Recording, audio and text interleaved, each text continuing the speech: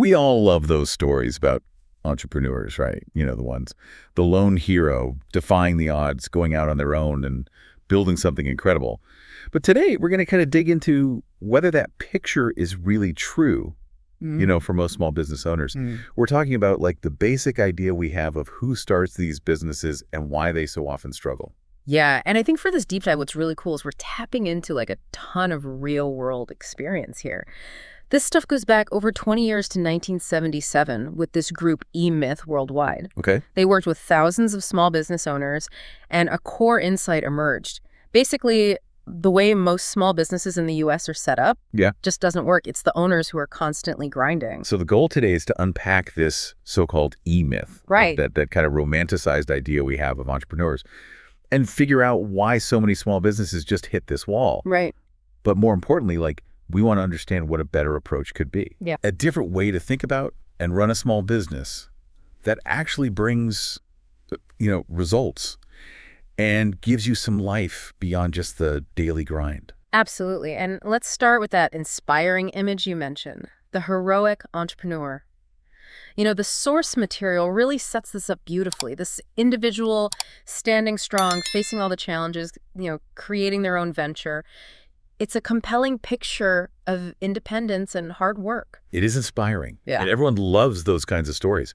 But the material we're looking at is pretty quick to point out that, while those exceptional people might exist, they're not really typical of most folks starting a small business. Yeah. I mean, in reality, what often kicks things off is something the book calls the entrepreneurial seizure. Okay, interesting. And what is that exactly? Well, basically, it's that moment, right? Mm. Right before someone takes the leap into starting a business. Okay, yeah. And it's often fueled not by this grand, long-term vision, but by a desire to get away from something. Yeah. It could be a frustrating job, a difficult boss, or just feeling totally stuck. Yeah. In fact, the book uses a really relatable example. Someone starting a business just to not have a boss anymore. Oh, yeah, we can all relate to that. Exactly. We've all had that thought, I'm sure. But the point is that this initial burst of entrepreneurial energy, right? Yeah. That true entrepreneur inside us, it often only lasts for a really short time, like a flash of inspiration, and then it's gone. So what happens when that spark fades? Well, you're left basically being a business owner without that original visionary drive. And according to the source material, when that spark disappears, it leads to a fundamental misunderstanding. Okay. A myth develops about who really starts businesses and what your motivations are. And this misunderstanding, they argue, has had a real cost in terms of wasted effort, lost opportunities, and even just personal burnout for those business owners. So then if most small businesses aren't started by these mythical, always-on entrepreneurs, then who is starting them and why are they struggling? Well, the material introduces this really interesting idea of three key personalities that we all have inside us when it comes to business: the technician, the manager, and the entrepreneur. Okay, so wait, hold on. You're saying that everyone has all three of these personalities? Yeah. I mean, we're not just one of these. Exactly. We all have parts of each inside us. I mean, think about it. 1 minute you're focused on the big picture, and the next you're totally absorbed in the details, getting the actual work done. And the source uses this really funny analogy about the fat guy and the skinny guy inside all of us. Okay, I'm intrigued. You know how we have these conflicting desires? Oh, yeah. We're not always driven by a single consistent mindset. I get it. And when it comes to the typical small business owner, the book suggests that there's often a real imbalance in these three personalities. You might see someone who's 70% technician, Meaning? focused on doing the actual work, about 20% manager, concerned with organization and systems, and only 10% entrepreneur, the one with the big vision and the drive to innovate. So the takeaway here is, are we spending most of our time doing the work instead of designing a business that works? That's a really good way to put it. And this imbalance, it often leads to internal conflict. Okay. The entrepreneur part of you comes up with these exciting new ideas, sees opportunities for growth, new directions. But then the manager steps in, right? Worried about stability, potential risks, saying, hold on a minute. Oh, so there's this constant internal battle going on. Exactly. It can be really frustrating. But the book points out that if these three parts of us were in balance, you'd have a really effective individual. The entrepreneur setting the course, the manager making sure things run smoothly, and the technician expertly handling the operations. And each part would feel fulfilled, in its role. So how do we get to that balance? Well, unfortunately, that balance is rarely there in the early days of a small business. Yeah. When it's just starting out. And this is what the book calls the infancy stage of a business. Infancy. Yeah. It describes this as a stage where the owner and the business are essentially one and the same thing. Okay, I'm starting to see this now. Think about those really personal business names you see sometimes, like Joe's Place or Mary's Bakery. Okay, yeah. And the owner, who's mostly operating in technician mode at this point, is doing everything. Wow. And I mean everything. They're not just doing the specific work they're good at, Right. but they're also handling all the purchasing, the sales, even the shipping. They're the one person making it all happen. So what happens if that person gets sick or goes on vacation? That's the danger the book points out. If that owner is removed for any reason, the whole business falls apart. It's totally reliant on their individual effort. They are the business. Got it. And this pace, the long hours, constantly being on call, it eventually takes its toll. Infancy ends when the owner finally realizes this way of working just isn't sustainable and the business needs to change if it's going to survive. So then what? Well, this is often where things break down because the technician, the part of them that's used to just handling the tasks might just decide it's too much and walk away. I can see how that would happen. And this leads to a really interesting piece of advice from the book. They say, if you want to work in a business, get a job at someone else's business. Don't go to work in your own. Wait, what? That sounds kind of counterintuitive. It does, right? Especially when you're starting out.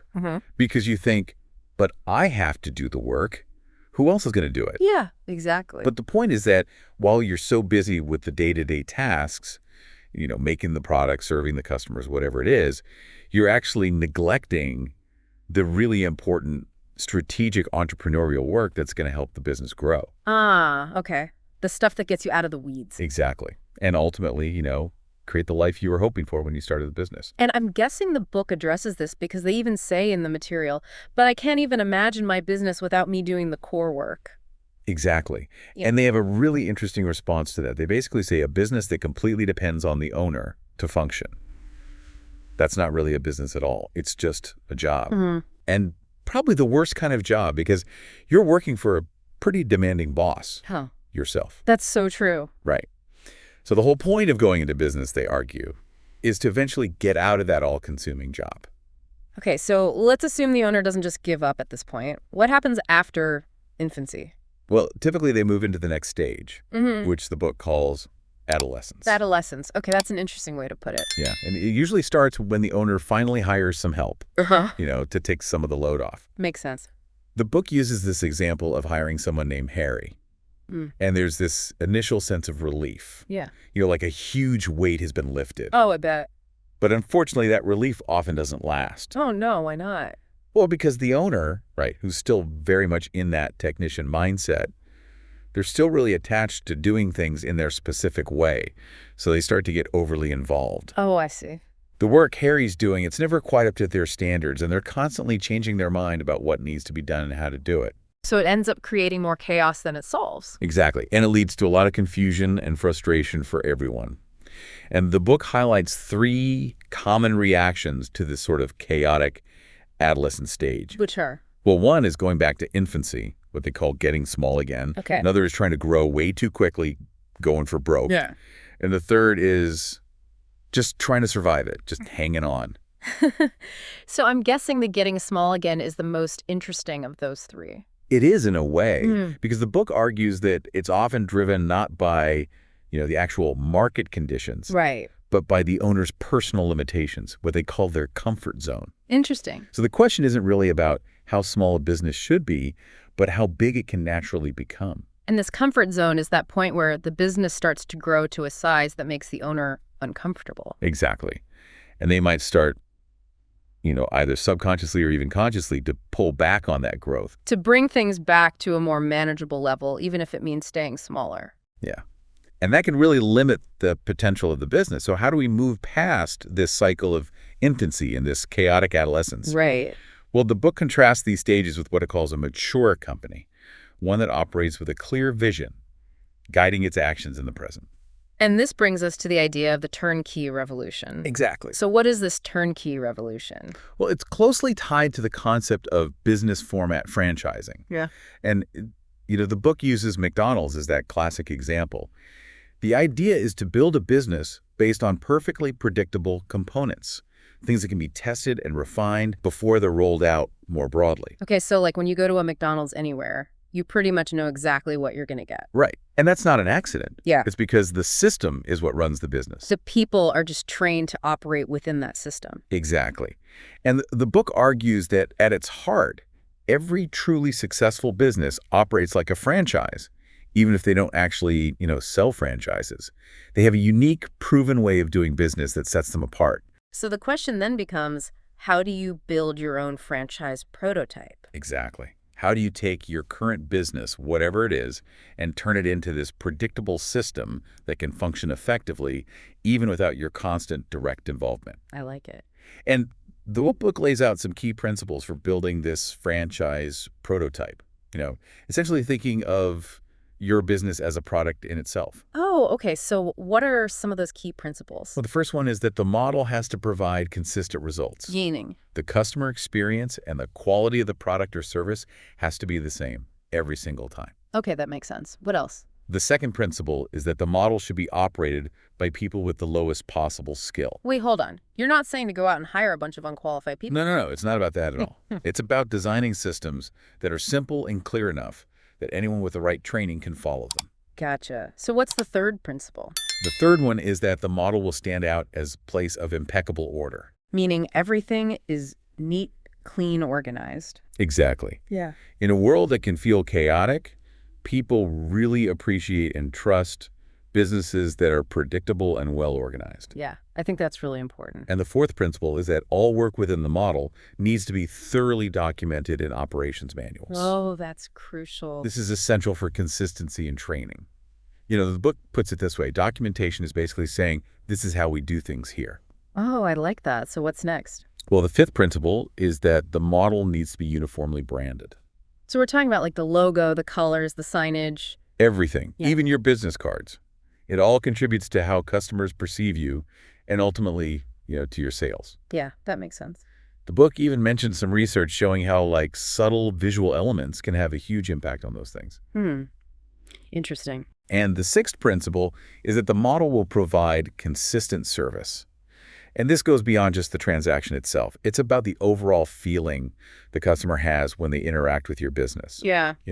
People ultimately buy based on emotions. Yeah, for sure. So it's not just about what you sell, but how you make them feel. Okay, I get that. So is there a seventh principle? There is. And it's kind of a big one. You need to think of your business as a solution to a specific problem someone else has. Instead of just a job for yourself. Exactly. And that's a pretty fundamental shift in how you view your business. Okay, so we've got this franchise prototype, the systematized business. What's the next step? Well, the book introduces what it calls the business development process, which has three key phases: Okay, and those are, innovation, quantification, and orchestration. or break those down for me. Okay, so innovation in this context isn't just about coming up with new ideas. Yeah. It's about actually doing new things, finding ways to improve how you operate. The book actually quotes a business thinker who said, "Creativity thinks up new things. Innovation does new things." Ooh, I like that. But just having new ideas isn't enough. And that's where quantification comes in. So how do you quantify these new ideas? To know if an idea is really working, you have to measure its impact. You got to look at the numbers, what's working, what's not as important, and really get a handle on your business's data. Because without measuring, you can't really know if you're making progress or if you need to adjust. Exactly. And then there's orchestration. Once you've introduced something new and measured its results, orchestration is about doing what works consistently. You mean like saying what you say and presenting yourself in a certain way? Exactly. For as long as it continues to deliver the results you want, and crucially being willing to change it when it stops working. So this business development process isn't a one-time thing. Not at all. It's an ongoing cycle. You're always innovating, quantifying, and orchestrating. Okay, so we're putting all this effort into building a business that functions well. But it's not just about making money in a vacuum, right? Right. And the book addresses this. It argues that a successful business should be a way to enrich your life, and that this should be driven by your overall life plan. Ah, and that leads us to the strategic objective. Exactly. The strategic objective is like this clear statement of what your business must ultimately achieve for you to get to your primary aim. You know, the kind of life you really want. It's the vision of the finished product that is your business. Precisely. And the book highlights the first standard of the strategic objective: money. Specifically gross revenues. Right. What level of financial success do you want for your company? What are your income goals? You have to be specific. Makes sense. And then there's the second standard. Yeah. An opportunity worth pursuing. This means your business needs to have the potential to actually meet those financial goals, to give you the return on investment you need for your life plan. So how do you know if it's really an opportunity worth pursuing? Well, you need to really understand your customer. Yeah. And the book introduces two models for this: the central demographic model and the central psychographic model. Okay, so demographics is basically like who your customer is. Right. Stuff like their age, gender, income, education, location, the basic details. And psychographics is why they buy. Exactly. What motivates them to choose you. And their motivations are often not completely rational. Meaning? People often don't even know why they buy things. It's not always a logical decision. So are you saying that emotion plays a big part in buying decisions? The book definitely makes that point. And this deep understanding of both your customers' demographics and psychographics is the foundation for doing good marketing. Which is why they say if you don't take marketing seriously, your business is basically a crapshoot. Pretty much. Okay, so then what exactly is marketing in this context? They define it as, what must our business be in the mind of our customers for them to choose us over everyone else? Ah, okay, that's a good way to put it. And it's way more than just advertising. The whole process of running your business, from attracting potential customers to making the sale to fulfilling their needs, it's all part of the marketing process. So ultimately, the main goal is to get customers to not only buy once, but to keep coming back for more. That's it. Getting a new customer is way more expensive than keeping an existing one happy. So how do we systematize that whole process? Well, the book presents something they call the PowerPoint selling system, which has two main parts: structure and substance. What's the difference? Structure is what you consistently do in your sales interactions. And substance, or what they call the PowerPoint selling process, is a framework of what to say at each stage. Okay, so there are specific steps you should be taking. Right. And the process is broken down into these key milestones: the appointment presentation, the needs analysis presentation, and the solutions presentation. And what happens in each of those? Well, in the appointment presentation, the goal is really just to schedule a follow-up meeting. Not to make the sale right away. Right. Exactly. Yeah. The focus is on understanding the potential customer's problems in the needs analysis. And then in the solutions presentation, you present how your business can address those needs. Got it. And beyond just sales, the book really stresses the importance of having three different kinds of systems operating within your business: Okay. hard systems, information systems, and soft systems. All right, so break those down for me. Hard systems are all the physical, tangible aspects of your business: your signage, the interior design, even your employees' uniforms. Okay. Information systems are how you collect and use data about your operations and your customers. Gotcha. And soft systems are all about human interactions. Right, like your scripts for hiring, your training programs, your customer service protocols, Yeah. the way people communicate within the business. The book emphasizes how powerful consistent language can be in creating a better customer experience. Okay, so we've talked about all these systems and processes and stuff, but this all sounds kind of serious, you know? I know what you mean. But the book actually suggests that a business can and should be a game worth playing for everyone involved. A game. Yeah. And they talk about what makes a game engaging, right? A clear purpose, defined rules, knowing how you're doing a playing field, players a way to keep score, opportunities for wins, the possibility of growth, and even enjoyment. Okay, yeah, I'm starting to see this now. And they point out that so many people feel a lack of purpose and clear values and strong relationships in their lives. Yeah, sadly, that's true. And a well-designed business can actually provide those things. Mm-hmm. That's a really interesting idea. They even compare running a business to a martial arts dojo, you know, a place where you could practice being your best self and where challenges ultimately lead to growth. So it all comes back to having that strong vision. Yeah. And the book has this great quote from the founder of IBM. He said, "Act like a great company long before you actually become one." I like that. It's about constantly working to close the gap between your vision and your reality. And they revisit the story of that aspiring contractor highlighting how important it is to be open to new directions and to let go of any beliefs that might be holding you back. Because the real fear isn't just about the business failing.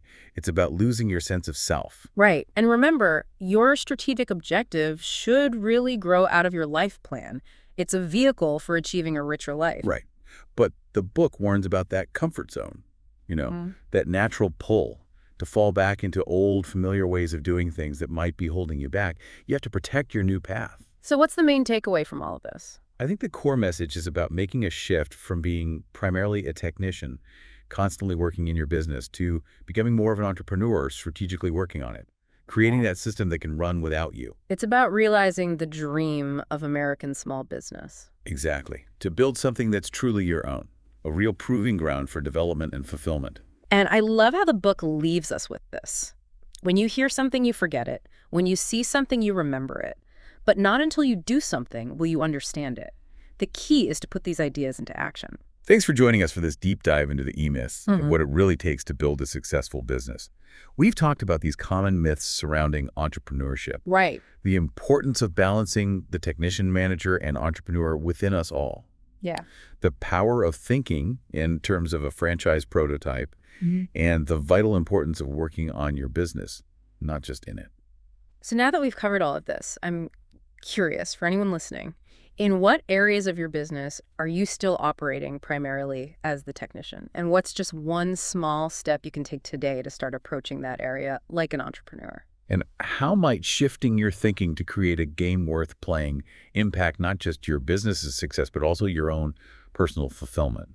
This is really just the beginning, and we encourage you to explore these concepts further and see how they apply to your own unique situation and your own goals. Absolutely.